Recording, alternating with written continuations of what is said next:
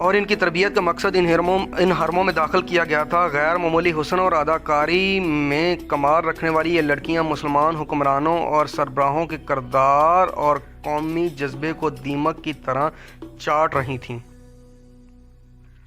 اس کا نتیجہ یہ تھا کہ صلیبی، جن میں فرنگی خاص طور پر قابل ذکر مسلمانوں کی سلطنتوں کو ٹکڑے کرتے ہڑپ کرتے جا رہے تھے، اور بعض مسلمان تو شاہ فرینک کو سالانہ ٹیکس اور جزیہ بھی دیتے تھے، جس کی مثال غنڈہ ٹیکس کی سی تھی۔ صلیبی اپنی جنگی قوت کے رعب اور چھوٹے چھوٹے حملوں سے مسلمان حکمرانوں کو ڈراتے رہتے، کچھ علاقوں پر قبضہ کرتے، ٹیکس اور تاوان وصول کرتے تھے۔ ان کا مقصد یہ تھا کہ آہستہ آہستہ دنیا اسلام کو ہڑپ کر لیا جائے۔ مسلمان رایا کا خون چوس کر ٹیکس دیتے رہتے تھے۔ ان کا مقصد یہ تھا کہ بس ان کی عیش و عشرت میں خلل نہیں آنا چاہیے۔ فرقہ پرستی کے بیج بو دیے گئے تھے۔ ان میں سب سے زیادہ خطرناک فرقہ منافق حسن بن صباح کا تھا، جو صلاح الدین کی جوانی سے 1 صدی پہلے وجود میں آیا تھا۔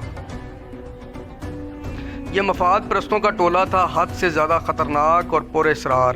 یہ لوگ اپنے آپ کو فدائی کہلاتے تھے۔ سلطان صلاح الدین ایوبی نے مدرسہ نظام الملک میں تعلیم حاصل کی۔ یاد رہے کہ نظام الملک دنیا اسلام کے ایک وزیر تھے۔ یہ مدرسہ انہوں نے تعمیر کیا، جس میں اسلامی تعلیم دی جاتی تھی اور بچوں کو اسلامی تاریخ اور نظریات سے بہرور کرایا جاتا تھا۔ ایک مورخ ابن الاطہر کے مطابق نظام الملک منافق حسن بن صباح کے فدائیوں کا پہلا شکار ہوئے تھے، کیونکہ وہ رومیوں کی توسیع پسندی کی راہ میں چٹان بنے ہوئے تھے۔ رومیوں نے 1591 میں انہیں فدائیوں کے ہاتھوں قتل کروا دیا تھا۔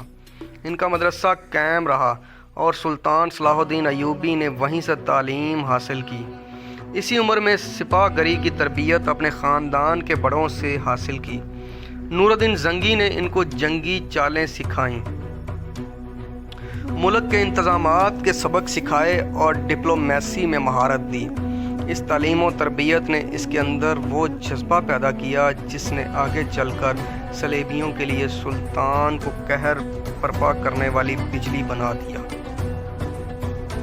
جوانی میں ہی سلطان نے وہ مہارت، ذہانت اور اہلیت حاصل کی تھی جو ایک سالار عظیم کے لیے اہم ہوتے ہیں۔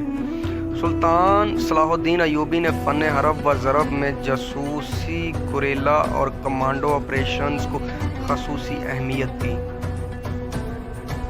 اس نے دیکھ لیا تھا کہ صلیبی جاسوسی کے میدان میں آگے نکل گئے تھے اور وہ مسلمانوں کے نظریات پر نہایت کارگر حملے کر رہے تھے۔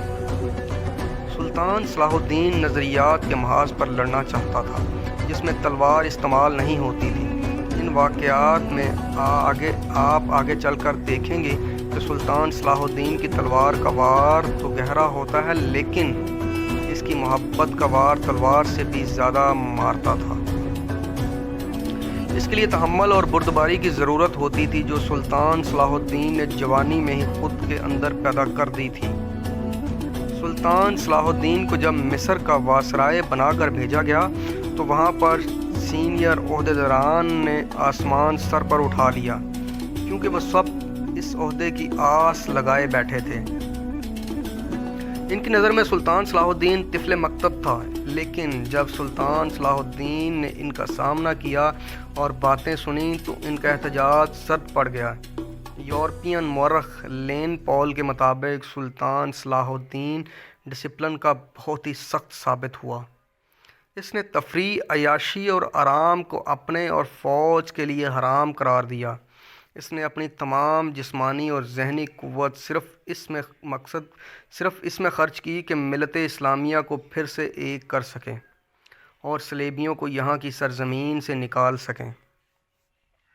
سلطان صلاح الدین فلسطین پر ہر قیمت سے قبضہ کرنا چاہتا تھا، اور یہی مقصد سلطان صلاح الدین نے اپنی فوج کو دیا۔ مصر کا وائسرائے بن کر سلطان نے کہا، اللہ نے مجھے مصر کی سرزمین دی ہے اور اللہ ہی مجھے فلسطین بھی عطا کرے گا۔ انشاءاللہ قسط نمبر 2 بہت جلد آپ کی خدمت میں پیش کی جائے گی۔ بہت شکریہ، اللہ حافظ۔